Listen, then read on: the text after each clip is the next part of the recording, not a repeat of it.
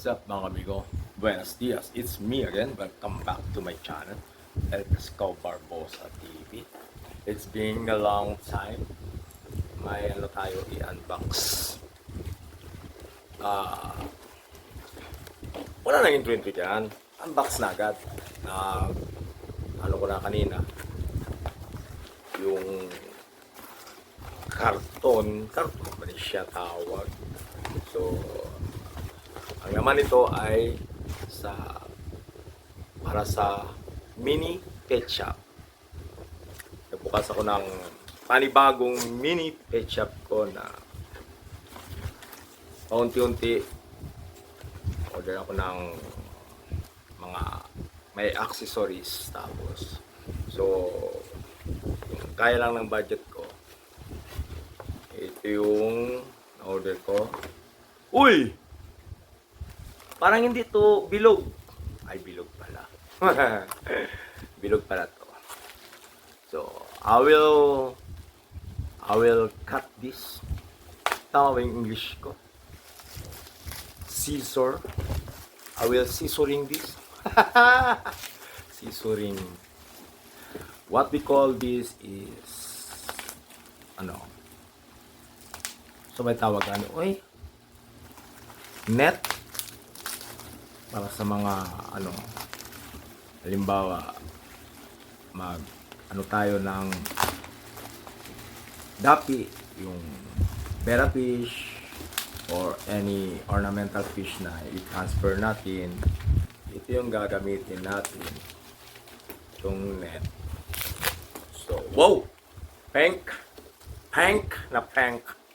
So, may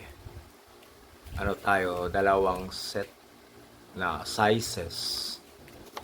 Ito malaki, para kung may betta fish kayo, kuha kayo ng dapya. Sa Tagalog is damya. Ay, sa Tagalog is dapna. Ambot lang, mao ba to? Sige na. So, mauni. This is. So, another one is bago yan, seal. So, kalimutan ko na kasi ano yung in-order ko, pero ang alam ko tantal parang to.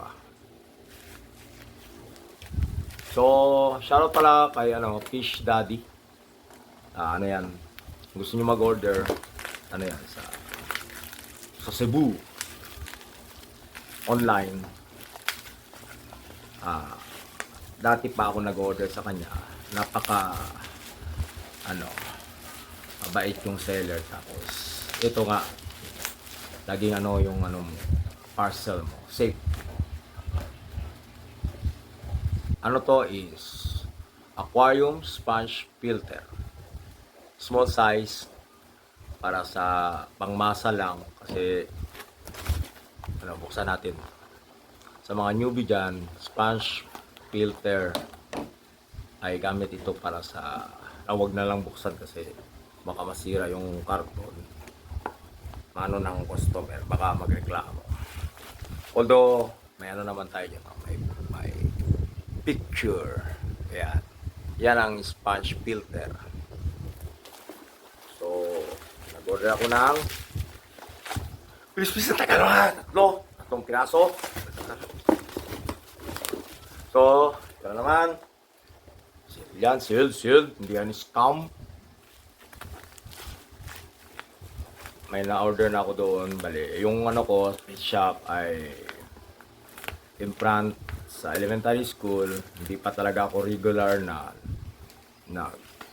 bukas kasi medyo nakukulangan pa ako. Marami pa akong gustong i-display. Tapos busy pa kami. Wal kami lagi. Oops! Secret na yun, secret. Shoutout. Uy, shoutout. Sino shoutout mo? So ito, nag-order ako ng 2 piraso kasi yun nga, yung budget ang tayo. Yung kung sa mga medyo may kakahalan ito ng konti. Kung mga ang customer natin ay yung mga bata lang. So medyo hindi sila maka-afford nito. Pero kaya nga, 2 piraso lang muna. Okay lang sana kung marami tayong kapital. Kung sa ano tayo, commercial places ay medyo madali itong maibenta natin. Pero anyway, siguro umpisa pa lang yan. Dati naman ay may bumibili naman nito. Switch air pump. Single lang ito, single. So ito yung nasa picture. Alright. Ang gamit nito ay para sa, syempre, sa aquarium, sa isda natin, maginhawa yung feeling nila. Lalong-lalo na ngayon ay Pasko. Gusto ng isda na maligaya sila. Di ba? So, other one is 1 roll special aquarium.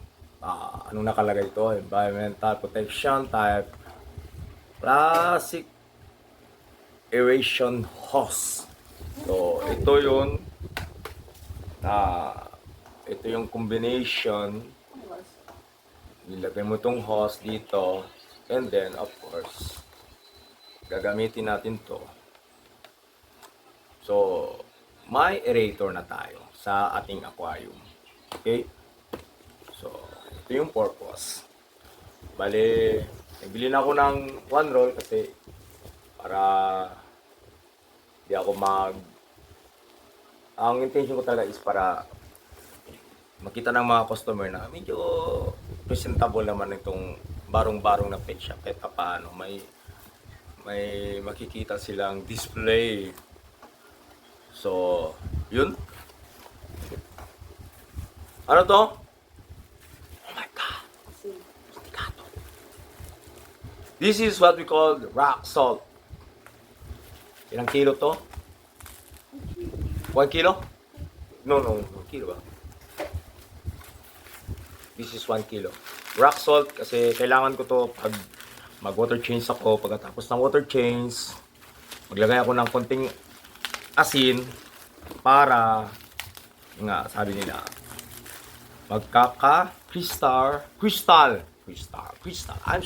crystal clear yung water natin. So that is the purpose of the salt, the rock salt. Huwag kayong maglagay ng iodized salt. It is not the proper salt. Hindi yung salt na kailangan yung ito yung rock salt na.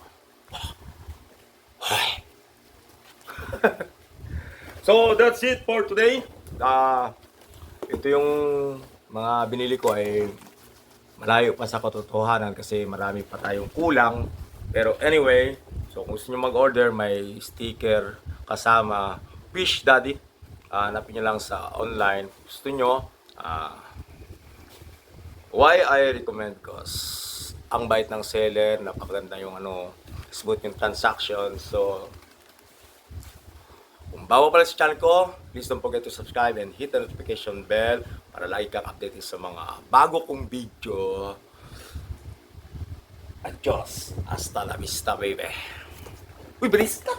Hasta la vista, baby. Adios.